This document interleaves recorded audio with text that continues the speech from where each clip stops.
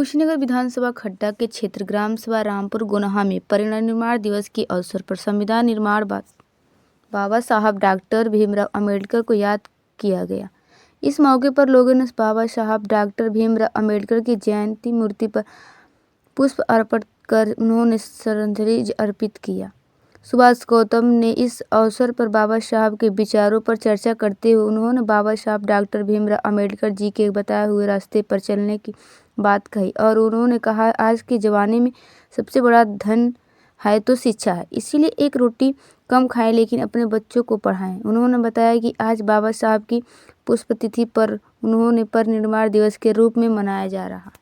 सबसे पहले तो आपको धन्यवाद है, कम से कम इस रामपुर गोनहा में महापरिनिर्वाण दिवस के अवसर पर बौद्ध विहार स्थल पर आपने पहुंचने का कार्य किया। देखिए, आज वह दिन है, वो तारीख है 6 दिसंबर। इसी 6 दिसंबर को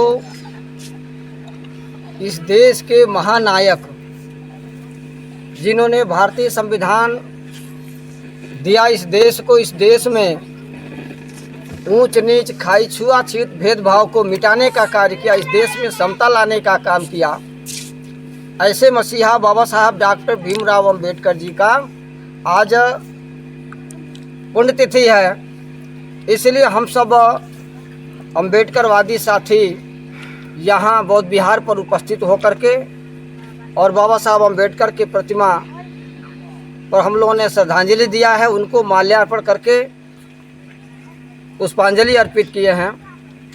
ऐसे मसीहा जिन्होंने इस देश में